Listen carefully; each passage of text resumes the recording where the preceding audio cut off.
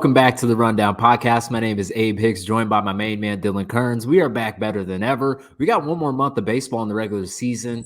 A lot is happening right now. A lot is going to happen coming down to the end of the season. But first off, Dylan, how you doing?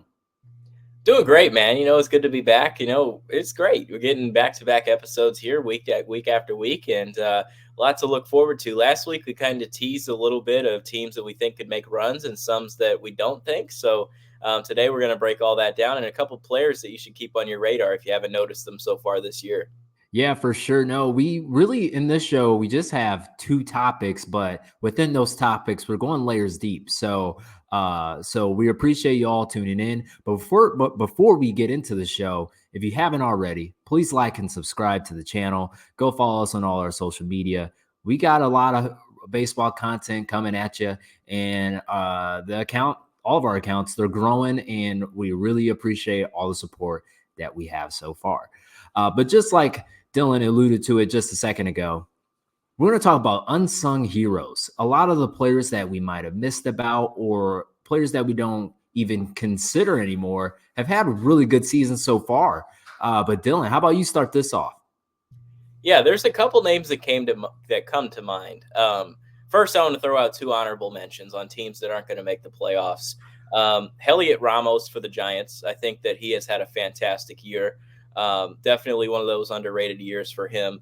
And Lawrence Butler coming on strong for the A's. I mean, that's a player that, his numbers have just improved in the last 2 months of the year. So very excited to see where his career goes. But those are two I just wanted to throw out there that aren't going to make the list because they're not making an impact on their teams. But someone that is Spencer Arrighetti of the Houston Astros. This is a guy who came up and look, they didn't have options. They had to put him out there because every starter was hurt in their rotation. He was a young pitcher that got his tail beat in multiple times. I mean, his ERA was north of 6 throughout the course of the year.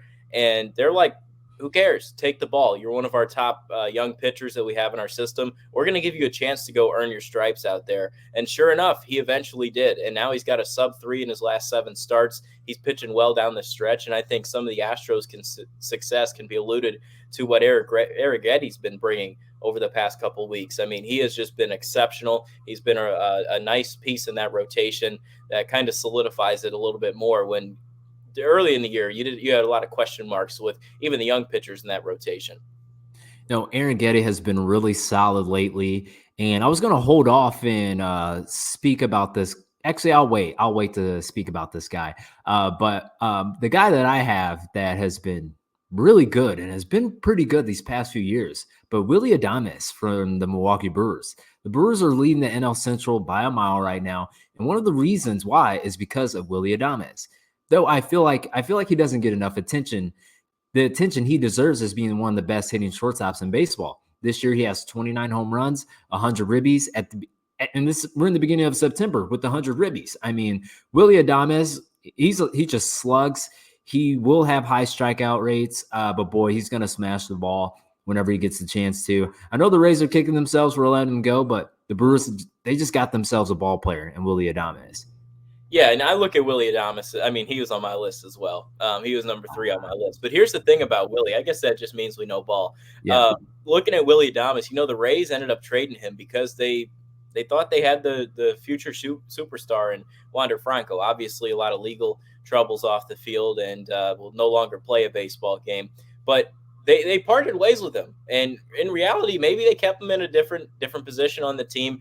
He's come over to Milwaukee and has just hit the baseball, man. Like, he's year after year, he's 20 homers. He's playing decent enough, solid defense over at shortstop. And to your point about Adames, what he's been doing for this offense, you got to remember, this is a team that traded their ace, lost their other ace. The Woodruff was out for the year. They traded Corbin Burns, and they had very minimal expectations. They figured losing Counsell, they'd maybe regress this year.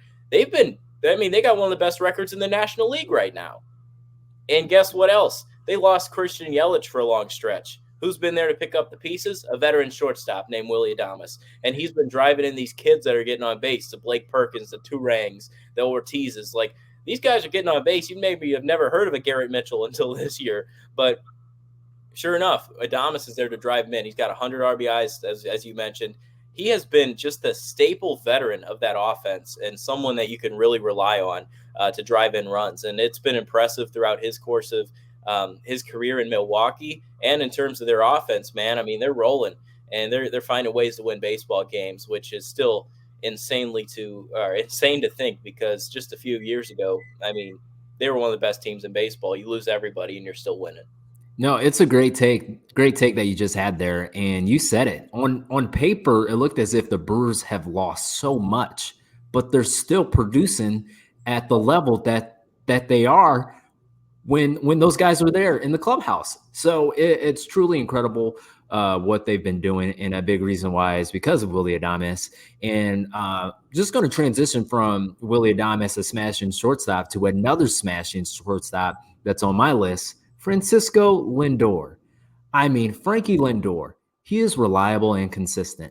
He's going to give you 150 games. He's going to give you 30 to 35 home runs, 90 to 95 ribbies, and he's doing the same thing this year. 30 home runs, 84 RBIs. Frankie Lindor is just consistent for the New York Mets, and he's a pivotal reason why the Mets are contending for a wild card spot. I agree. Lindor, to your point, I mean, he's one of the sole reasons why they're even in the hunt right now. And he's one of the sorry. Yeah, he's one of the main reasons why they're contending, to your point. They got great production out of some of their young players too. And another team is kind of surprising people. So he's been all over the board. He's been consistent everywhere he's been. I'm going to go to a team that he used to play for my next unsung hero. It's every year for Cleveland, man. Every year they find a weird player. This year it's Jhonkensy Noel. Outfielder, third baseman, first baseman. He's primarily played the outfield for them. He's got over 10 homers. He's got a 255 average, and this guy slugs baseballs, man. I saw him in Columbus last year for the Clippers. He was there for 2 years, this year and last year. He had over 23 home runs before he got called up this year. And this dude, I mean, he parked him. He hit him to Nationwide Arena. I mean, 500 feet tanks in AAA. And this guy, he's come up and did the same thing. He hit 2 homers off my Cubs a couple weeks ago, and he's just a monster, dude. He crushes baseballs, and he is providing a boost to that offense and some slug that they needed because, I mean, Naylor's hitting the ball. You've been getting some production out of David Fry. Jose Ramirez is always there as well. But they needed someone to hit home runs because that's something that they've missed for many years now. And the reason I say it's funny that Cleveland keeps doing this, man, every year they get one outfielder that has 1 year and then he's never heard of again. Remember Oscar Gonzalez in 22? SpongeBob. Yeah, SpongeBob, his music, walk-up song, SpongeBob. Oscar Gonzalez comes up. What does he do? Looks elite, has big hits in the postseason. He's never heard of again. He's in AAA with the Yankees. A couple years ago before that, Oscar Mercado looks like the center fielder of the future, 280. He's playing good defense, hitting home runs. All right, we got our center fielder. Following year, garbage. So, I mean, it's weird how the Guardians keep having these random players pop up for a year or two. And I'm not saying that Noel's this way, but he feels like another one of their players, Franmil Reyes, that did this. So he's out of baseball right now, and he hit home runs, and he was big in an outfielder like that. So, I mean, they have weird offensive production out of guys you don't really expect year in and year out, and he's just another one of those strings in the long stretch of players that have been able to do that. No, that's really good. I didn't even think about him or consider him. The last guy that I have, you mentioned a pitcher on the Astros earlier, Spencer Arrighetti. And I'm going to talk about the guy he throws to and calls his games. I'm going to talk about, I feel like I'm going to get his name wrong. Yainer Diaz. All right. Okay, I was literally practicing earlier. I'm going to talk about Yainer Diaz. What has been the missing piece in previous years for the Astros? Production from the catcher position. Yainer Diaz has filled that role exceptionally. 16 home runs this year, 78 RBIs, and he's batting 300 from a catcher on the Houston Astros. And I know he had a solid year in 2023, but this year has been even better. It was viewed as an easy out when Martin Maldonado was the catcher in Houston, right? And every time I look up and down that Astros lineup, it makes me nervous for everybody in the AL East, or not just the AL East, everybody in the AL. And part of that is because Yainer Diaz adds to this team. And he's going to be a problem in the postseason, a hitting catcher on the Houston Astros. He had a little bit of a stretch. I'm pulling up his stats right now to prove. Abe, in May, he hit 200. Mm-hmm. And he had 0 home runs, and that's where you thought, okay, maybe like he started out last year. He played strong, and honestly, that's funny you mentioned the postseason and how he played last year with that. That was one of the reasons Dusty Baker was let go because they wanted defense, and Yainer, or it was one or the other. I can't remember what, but if you search it, it'll pop up. Um, Either Dusty wanted Maldonado's defense and management wanted Yainer Diaz, or the management wanted the defense and he kept playing Yainer Diaz. So that was kind of a back and forth last year. And Diaz, he had some big hits last year as well when he came up. But this year, he started out strong. He had that dip in May. But since then, man, he's been on a tear. 9 homers, 317 in the post All-Star. I mean, the All-Star break was just, 2 months ago? 9 Yeah. bombs since then. Yeah. He's locked in. Yeah, it's I just think it makes this Astros team even scarier. We talked about them last week on how teams in the AL East, the Yankees and the Orioles, they don't want to see Houston right now. And especially in October in Minute Maid Park with that train coming across the outfield, that's a scary sight for the Yankees and the Orioles. And just having a catcher that can hit in that position for the Houston Astros with the guys they already have in that lineup, the Alex Bregmans, the Jose Altuves, Jordan Alvarez, Kyle Tucker, guys who have so much postseason experience, and then a catcher that can hit can take them to the next level. And it's funny you mentioned the lack of catcher production. Now it's first base. I know, right? Now it's like, okay, originally you had the first baseman. Gurriel was there during their first run, and he was a good first baseman for them. But, I mean, now it seems like the switch has been flipped over to the catcher position. So there's still a weak spot in the lineup in his first base. But, I mean, it's good to see the production from a catcher. It's a lot easier to get offensive production from a first baseman in the offseason than it is a catcher. For sure, for sure. All right, now moving on to our next topic. We were just talking about the Houston Astros. They're, as of now, they're in the playoffs without a shadow of a doubt. And now we're going to talk about some teams on the cusp of the playoffs, teams that are inching towards the final wild card spots. And the segment we have for you is in or out, teams on the fringe of the postseason. Who are you all in on? Who are you all out on? But we're going to start off with the teams or team that you are all in on. Dylan, who you got? That was a little bit of a word salad there. It was a lot of words, but you got them out. That's all that I'm saying. I'm all in.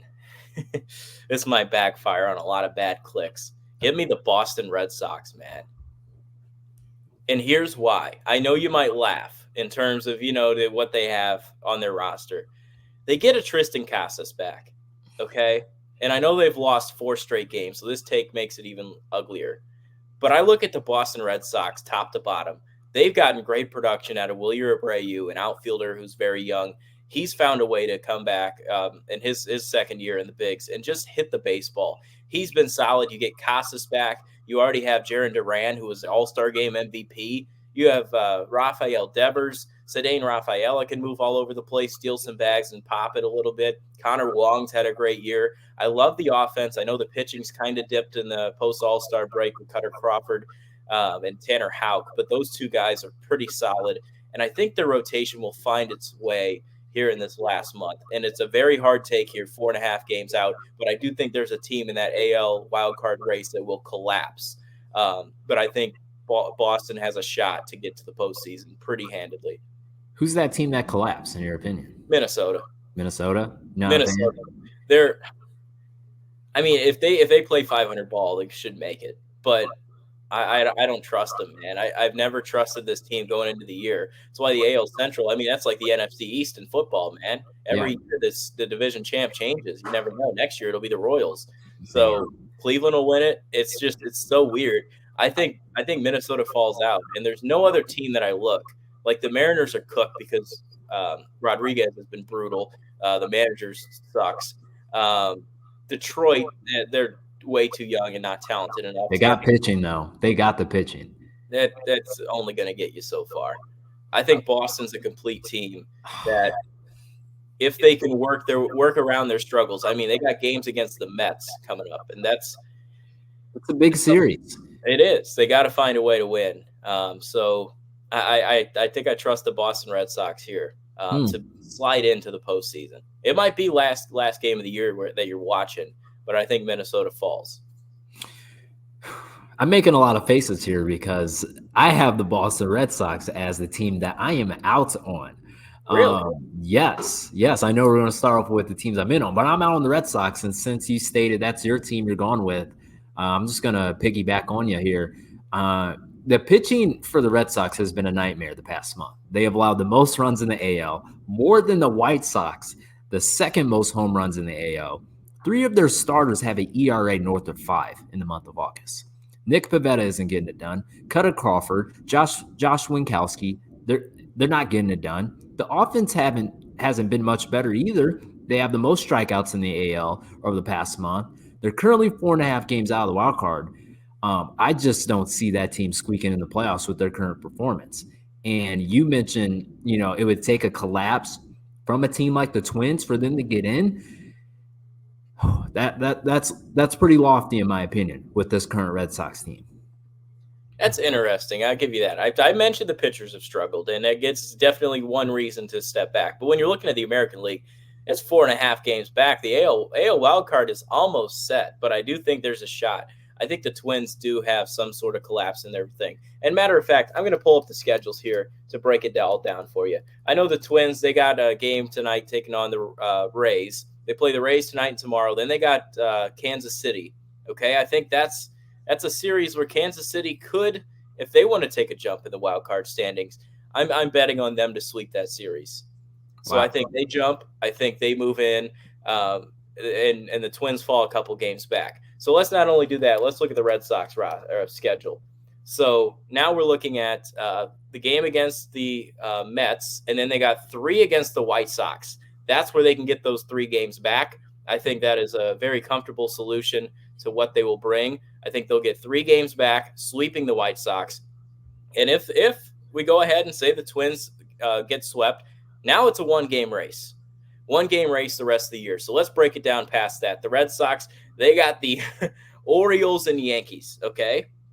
It's Yankees, Red Sox. Anything can happen. It's very true. Has shown that their bullpen can collapse at any given moment. With this offense gets hot, there you go. The Twins, they have a couple favorable matchups there.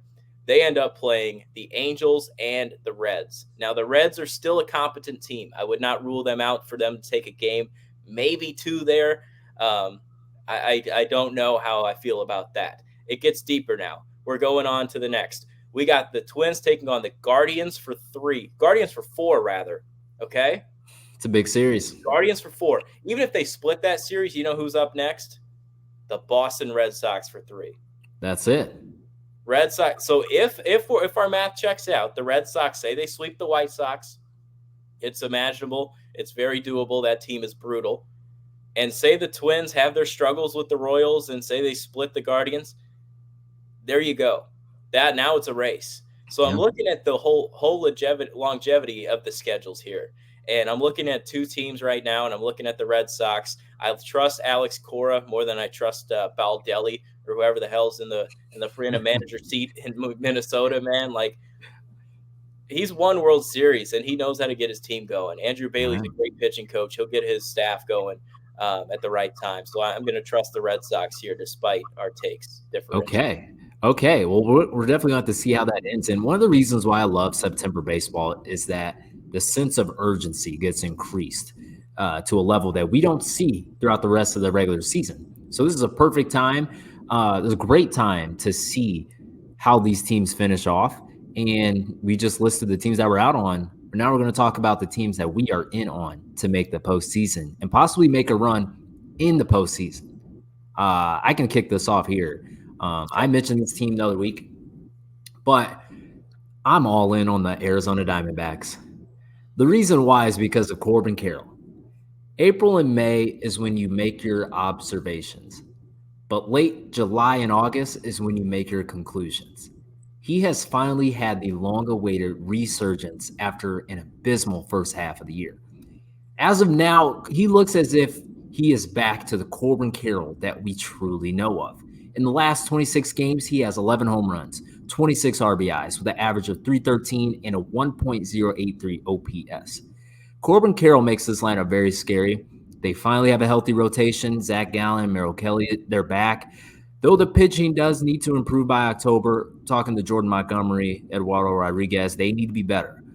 But hey, they can catch lightning in the bottle like they did last year in October, and they got hot at the right time and ended up in the World Series. I liked what they did at the deadline acquiring Josh Bell. They have the postseason experience. That lineup can smash, and don't be surprised if they end up in the NLCS again.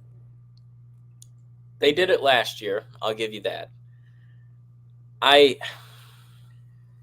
The NL is just tough, man. That's tough, but anything can happen. How many times have we seen the Dodgers collapse? It's true. That's true.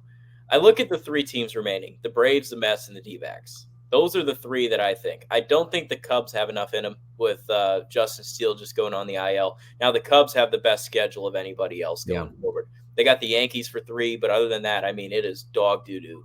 Like, they could beat all those teams. And maybe they put themselves in a spot where they're close again. The D-backs, on the other hand, they have a very, very, very hard schedule to end the year. They got the Giants, they got the Rangers, they got the Astros, they got the Brewers, they got the Padres and the Giants again, man. That's a brutal stretch of baseball.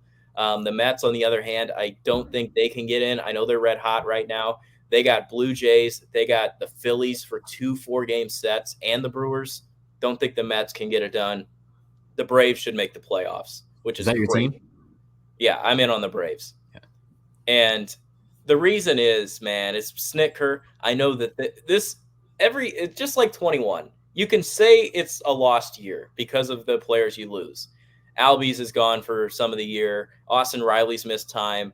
Michael Harris has missed time. Acuna out for the year. Max Fried's missed time. Well, they got another lefty in that rotation that no one's even thinking about, man. Chris Sale.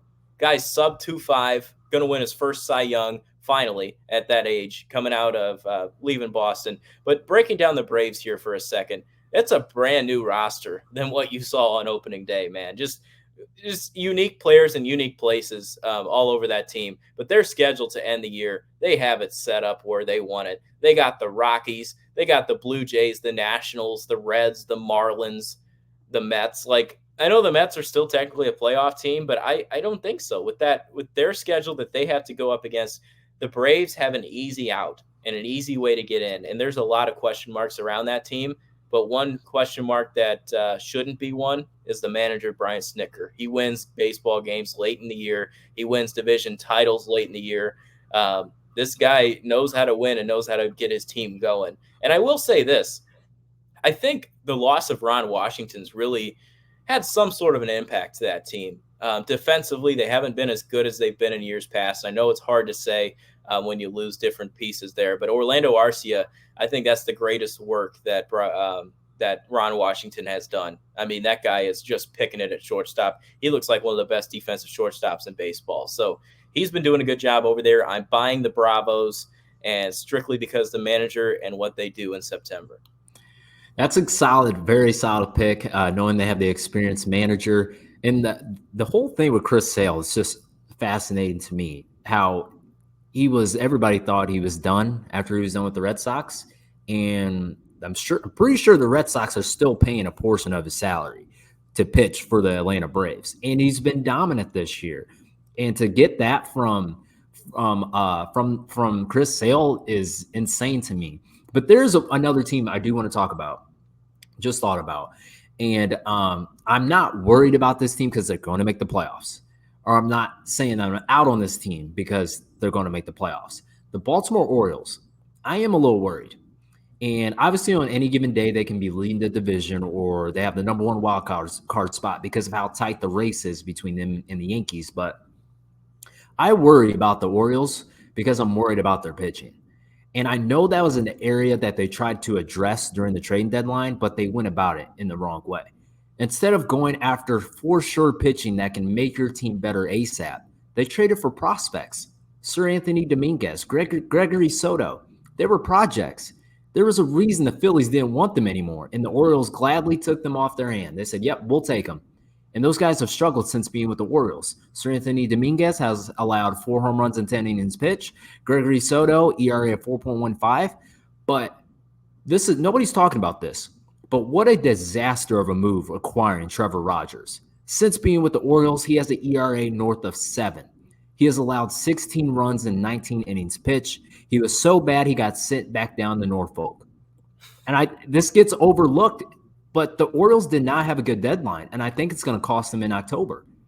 That's a fantastic take, and we harped on him. We ripped him. I definitely did. Zach Eflin is not the guy you want. Like he's probably the best acquisition they've made, but yeah, I still think and he was just on the IL. He came back and pitched well, but I mean there was a lot of moves that they could have made. They could have gone after one of those marquee starters, but they sat there and believed in their team. They do have an offense that it could potentially still outslug teams in the playoffs, but you need that. That's hard to do. Starters. That's hard with their young guys. So that's hard to do. Yeah, it's a lot of experience there, and we saw them just a postseason ago. I wonder if that's gonna sit in the back of their minds as they head into October. That hey, we couldn't win any games here when we got here. Yeah, no, it's definitely fascinating. I love the Orioles roster lineup, but just the pitching, it makes me a little nervous because you need that for sure. Who you gonna give the ball to? Game 7 of the ALCS. Really, Zach Eflin? You know what I'm saying? And I think they're gonna look back into July and said, "Man, we could have got Skubal. Oh no." I'm just patting my own back there because I wanted the Orioles to snag Skubal. Here, I'll say it again, man. Skubal was not going anywhere. I know he wasn't. If you don't think so, because now look at the AL wild card. They're only 4 games out of a playoff spot. You're not wrong. You're not wrong. Trade him. You're not wrong, but is in Detroit. But is Detroit going to win a World Series? Who's trying to win a World Series? I don't think Detroit really is. The Orioles are trying to win a World Series. You go get that. In the next 3 years, they'll hold on to him. Hey, I do not disparage your viewpoint from the Tigers. I'm talking all from the Orioles' perspective. You want to win? You got to get that number 1 guy, Zach Eflin. Just not going to cut it. And Corbin Burns has been struggling lately too. So it'll be interesting to see how that falls out. But that's all we have for you for today's show. Once again, if you are new to the channel, please like and subscribe. Follow us on all our social media, The Rundown Media on Instagram, Twitter, now X, and TikTok. We post a lot on TikTok there, a lot of clips from the shows. So we appreciate all the support, and everybody will be back with you next week.